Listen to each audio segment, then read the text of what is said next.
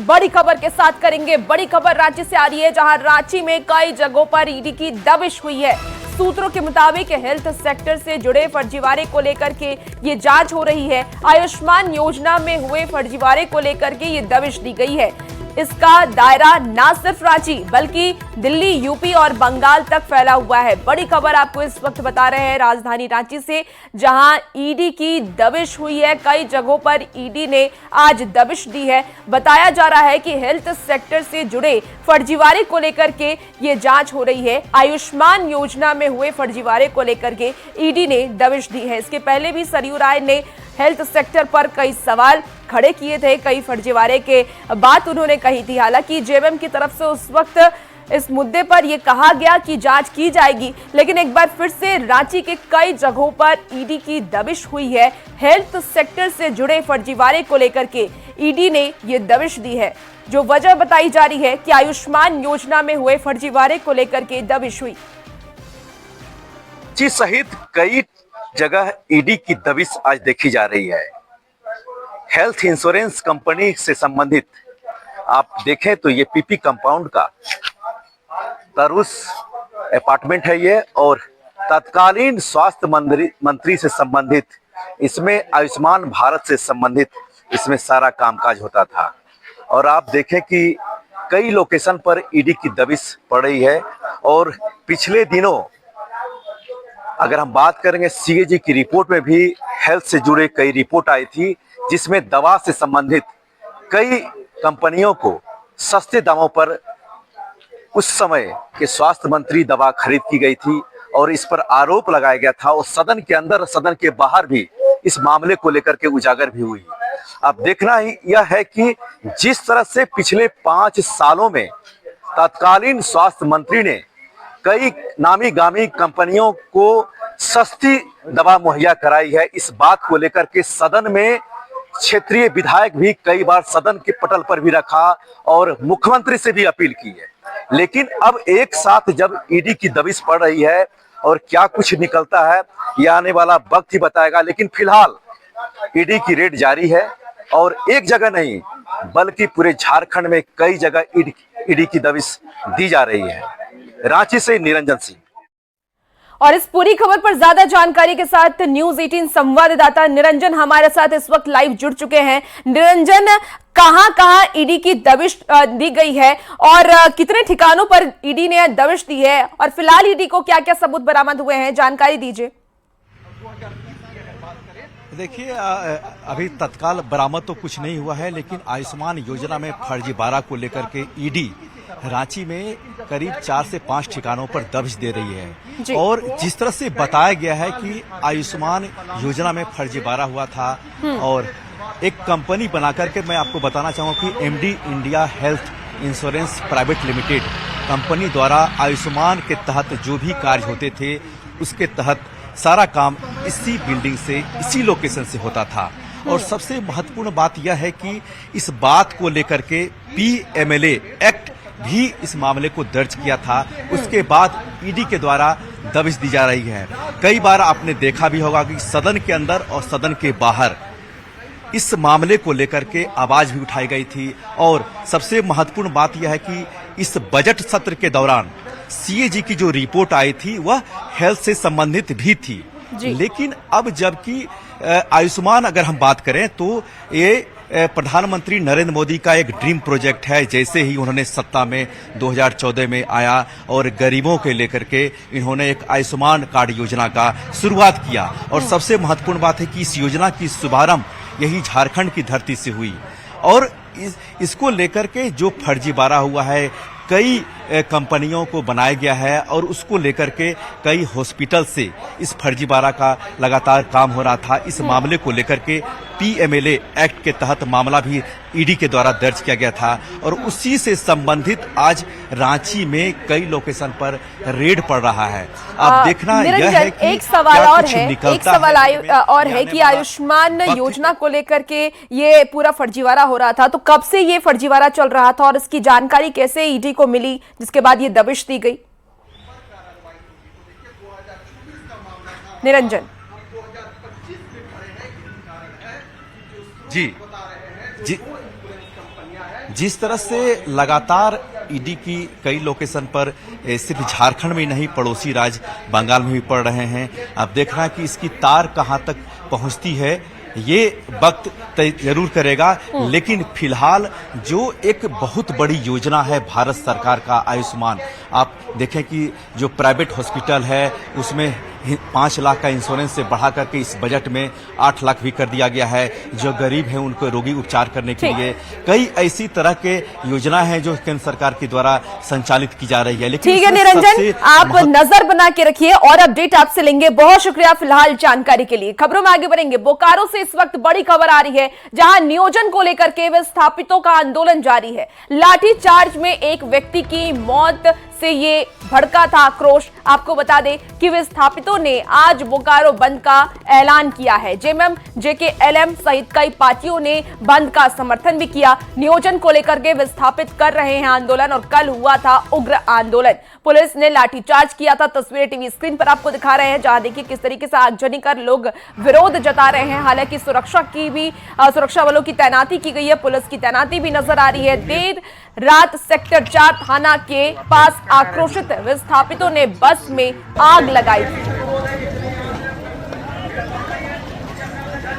बड़ी खबर आपको बता रहे हैं और ये एक्सक्लूसिव तस्वीर भी दिखा रहे हैं। लाठीचार्ज में कल एक व्यक्ति की मौत हो गई थी, कल उग्र आंदोलन किया गया था और आज बोकारो बंद का असर भी देखने को मिल रहा है। ये एक सोचा समझा साजिश है। उसने छेड़ा, विस्थापितों को छेड़ा है और वो जब विस्थापितों को छेड़ा है तो जब छेड़ेगा तो हम लोग भी अब छोड़ेंगे नहीं। विस्थापित को लगता था कि सोया हुआ है, वो सो गया है। हम लोग सोए नहीं थे, हम लोग अपने हक और अधिकार के लिए शांतिपूर्वक अपना प्रदर्शन कर रहे थे। वहां इसको प्रदर्शन करने देना चाहिए था। इसको दिक्कत था तो बात करना चाहिए था, लेकिन बात नहीं करके ये गुंडागर्दी किया है। ये सोचा समझा साजिश है और उसका जवाब हम लोग मुंह तोड़ देंगे। आज हम लोग बंद किए, जब तक ले इसका समाधान नहीं होगा। जो मारा है उसको सजा होना चाहिए, सजा उसको फांसी की सजा होना चाहिए। बिना सजा के हम लोग छोड़ेंगे नहीं। जो भी है यहाँ का खुद बीएसएल खुद यहाँ बोला कि हम आप लोग अप्रेंटिस कराएंगे, आप लोग को नियोजन देंगे। ठीक है, जब आपको नियोजन नहीं देना है फिर भी यहाँ का विस्थापित बोला कि नहीं चलिए हम लोग को आप ठेका मजदूर में ही काम दे दीजिए। उसके लिए बेचारा सब निहत्थे बैठे। अगर आपको मारना था पेट में मारते, लेकिन माथा में ये क्यों मारा? जबकि जिला प्रशासन, और ये कौन होता है सीए सब मारने वाला? मेरा जमीन, मेरा कारखाना, मेरा बाप का जमीन, और ये सीए सब कौन होता है? अगर जिला प्रशासन अभी नहीं आ रहा है तो इनका देन है, सीए सब का देन है। अभी छठ करके पूजा प्रसाद लेके जा रहे थे, सीधा यहाँ पर महिंद्रा शोरूम के सामने आस्था केयर के पास में गाड़ी रोका, मारना शुरू कर दिया। बिना मतलब का मारा, गाड़ी तोड़ दी है। आपको मारा भी? हमको भी 12 घंटा। क्या लग रहा है इस तरह से आंदोलन करना कितना सही है? बहुत गलत है। बोकारो के एडीएम बिल्डिंग में विस्थापित अप्रेंटिस संघ के चल रहे अनिश्चितकालीन धरने के बाद हुए लाठीचार्ज में एक अप्रेंटिस विस्थापित की मौत के बाद विस्थापितों में उबाल है। हम खड़े हैं बोकारो स्टील के मुख्य गेट के समक्ष। आप देख सकते हैं कि यह बोकारो स्टील का मुख्य समक्ष गेट है, जहां पर पूरी तरह से सभी गेटों को बोकारो स्टील का बंद कर दिया गया है। वहीं अगर कार्रवाई की बात करें तो देर रात डीसी की अध्यक्षता में एक बहुत ही बड़ी बैठक आयोजित की गई, जिसमें बोकारो स्टील के जो हैं एचआर महाप्रबंधक हरिमोहन झा को गिरफ्तार कर लिया गया है। आप देख सकते हैं कि किस प्रकार से जो प्लांट में ड्यूटी करने जाने वाले लोग हैं उनको पूरी तरह से रोक दिया गया है और आज पूरे बोकारो को विस्थापितों ने बंद कर रखा है। बोकारो के विभिन्न चौक चौराहों पर जो हैं विस्थापित खड़े हैं और विस्थापितों ने पूरे बोकारो को पूरी तरह से जाम कर रखा है, बोकारो को बंद कर रखा है। आप तस्वीर देख सकते हैं कि किस प्रकार से जो लोग हैं वो पूरी तरह पर सड़कों पर हैं। रात में सेक्टर 4 थाना के पास एक जो बस है उसको भी आग के हवाले किया गया है। तीन बोकारो स्टील के अंदर में चलने वाली 3 गाड़ियों को भी जलाया गया है। तो हम कह सकते हैं कि जिस प्रकार से बोकारो में एक विस्थापित युवक की मौत के बाद जिस तरह से बवाल है, हम कह सकते हैं कि ये काफ़ी जो है आक्रोश में विस्थापित। आप देख सकते हैं कि किस प्रकार से अभी जो लोग जा रहे हैं उनको को रोका जा रहा है प्लांट के अंदर। तो जिस प्रकार से स्थिति है पूरे बोकारो की यही स्थिति है, जहाँ बोकारो प्लांट के मुख्य गेट सहित अन्य गेटों को पूरी तरह से जाम कर दिया गया है। तो हम कह सकते हैं कि यह बोकारो स्टील प्लांट में जो है कर्मियों का आना जाना भी बंद है और पूरा बोकारो बंद है। अब देखना यह है कि प्रशासन इसको किस रूप में लेती है, क्योंकि बोकारो के विस्थापितों में काफी उबाल देखा जा रहा है। मृत्युंजय कुमार, न्यूज 18 बोकारो। और बोकारो बंद का असर अब नजर आ रहा है। आपको बता दें कि बूंदीबाद बाजार में दुकानदार और विस्थापितों के बीच आपस में ही झड़प हो गई।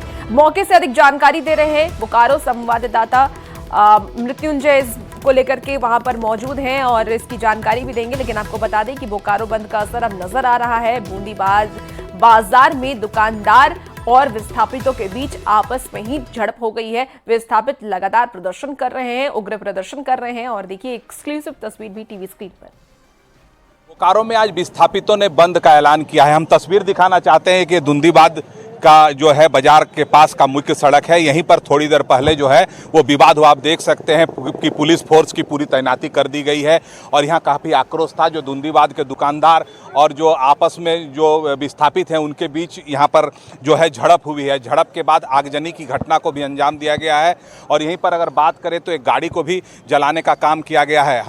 हम तस्वीरों में दिखा सकते हैं कि किस प्रकार से आप देख सकते हैं कि पूरे पुलिस की जो टीम है यहाँ मौजूद है और पूरी तरह से इस जो घटना हुई है इसको मॉनिटरिंग की जा रही है। कल जो विस्थापित की मौत के बाद से ही इस तरह का आक्रोश भड़का है। बोकारो स्टील के सभी जो मुख्य गेट हैं सभी को जाम कर दिया गया था और आप देख सकते हैं कि पुलिस फोर्स जो है यहाँ पर लगी हुई है और इस तरह की घटना जो हुई है आप तस्वीरों में देख सकते हैं कि किस प्रकार से जो है वो सभी अधिकारी यहाँ मौजूद हैं।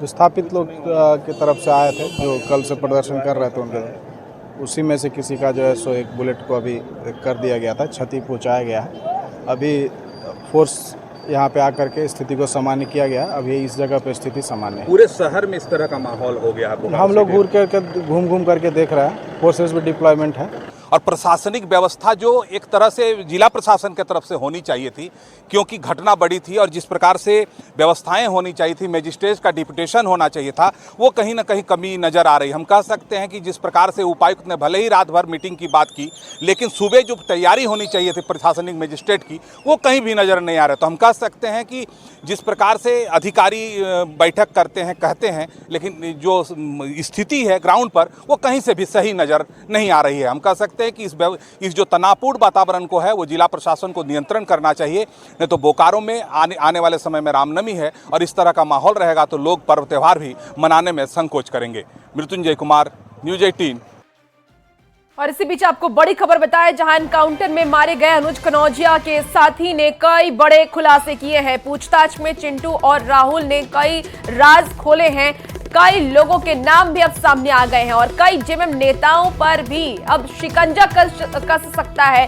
जल्द ही बड़ा खुलासा होगा। बता दें आपको कि यूपी एसटीएफ और झारखंड एटीएस की छापेमारी लगातार जारी है। बंगाल और उड़ीसा के रायरंगपुर में हुई छापेमारी में यूपी और झारखंड के एटीएस आज दोपहर जमशेदपुर पहुंचेंगी और कई बड़े खुलासे इसे लेकर के हुए हैं। हमारे साथ न्यूज 18 संवाददाता आशीष तिवारी इस वक्त फोन लाइन पर जुड़ गए हैं। आशीष, अनुज कनौजिया के साथी ने कई बड़े खुलासे किए हैं। इसमें जेएमएम के नेताओं के भी नाम सामने आ रहे हैं। कौन कौन नेता है, क्या जानकारी मिल पा रही है? जी, आपको बता दूं कि जमशेदपुर के गोविंदपुर उत्तर प्रदेश का शूटर अनुज कनौजिया के एनकाउंटर के बाद उनकी दो जो सहयोगी थे जमशेदपुर से, चिंटू सिंह और राहुल सिंह को पुलिस ने गिरफ्तार कर लिया और लगातार उसके पूछताछ के बाद यूपी के एसटीएफ और झारखंड के एटीएस टीम जो है वो झारखंड के कई जिलों में साथ ही साथ उड़ीसा और बंगाल में भी छापेमारी कर रही थी, जिसके बाद इन दोनों से पूछताछ में कई राज्य का खुलासा हुआ है। हालांकि आपको बता दूं कि जिस तरह जमशेदपुर शहर में अनुज का एनकाउंटर हुआ था वो 1.5 से 2 महीने से जमशेदपुर के गोविंदपुर एक डुप्लेक्स घर में रहता था, जहां पर कुछ राजनीतिक नेताओं के जो नेता है उनसे मिलने जाते थे, कुछ जेएमएम के नेता भी मिलने जाते थे, क्योंकि स्थानीय लोगों से भी पूछताछ की गई तो ये पता चला कि जेएमएम के झंडे लगे रहते थे गाड़ियों में और वो वहां पर जाते थे और उससे मिलते थे, मुलाकात घंटों होती थी। तो कहीं ना कहीं जिस तरह से दोनों से राहुल और चिंटू सिंह से पूछताछ की जा रही तो कई मामलों कई नामों सामने आए हैं, मगर जो जिले के एसएसपी है और एटीएस की टीम है वो लगातार छापेमारी भी कर रही है और पूरी तरह से सत्यापन कर रही है कि आखिर क्या कुछ इन लोगों का संबंध है, क्या कुछ इनसे बातें की जा रही थी। कहीं ना बिल्कुल कहीं आशीष, आने वाले देखिए दिन में- जेएमएम के नेता का नाम सामने आ रहा है, ऐसे में कनेक्शन कहीं ना कहीं राजनीति से भी है, तो ऐसे में अब जेएमएम की तरफ से क्या इस पर प्रतिक्रिया दी जा रही है? जी, लगातार पक्ष विपक्ष जो है इस मामले को लेकर आरोप प्रत्यारोप भी कर रहा है। साफ तौर पर जिस तरह सरयू राय ने भी और पूर्व केंद्रीय मंत्री अर्जुन मुंडा ने भी एनकाउंटर के बाद उन्होंने सवाल खड़ा किया था, तो कहीं ना कहीं कि जिस तरह अपराधी है उसको नेताओं का सपोर्ट मिलता है, जिसके वजह से वो अन्य राज्यों से छोड़कर वो जमशेदपुर में आकर अपना ठिकाना बनाते हैं। हालांकि जेएमएम ने भी इनके इस मामले पर जो मंत्री है रामदास सोरेन ने भी इस पर जवाब देते हुए कहा था कि क्या इससे पहले अपराधी यहाँ नहीं आते। तो कहीं ना कहीं दोनों राजनीतिक नेता एक दूसरे पर आरोप प्रत्यारोप का दौर चल रहा है, मगर पुलिस के लिए एक बड़ी चुनौती बनी हुई कि राजनेताओं के सपोर्ट से अपराधी जो है वो शहर को ठिकाना बनाते हैं। ठीक है आशीष, आप नजर बना के रखिए और अपडेट आपसे लेंगे। बहुत शुक्रिया जानकारी के लिए।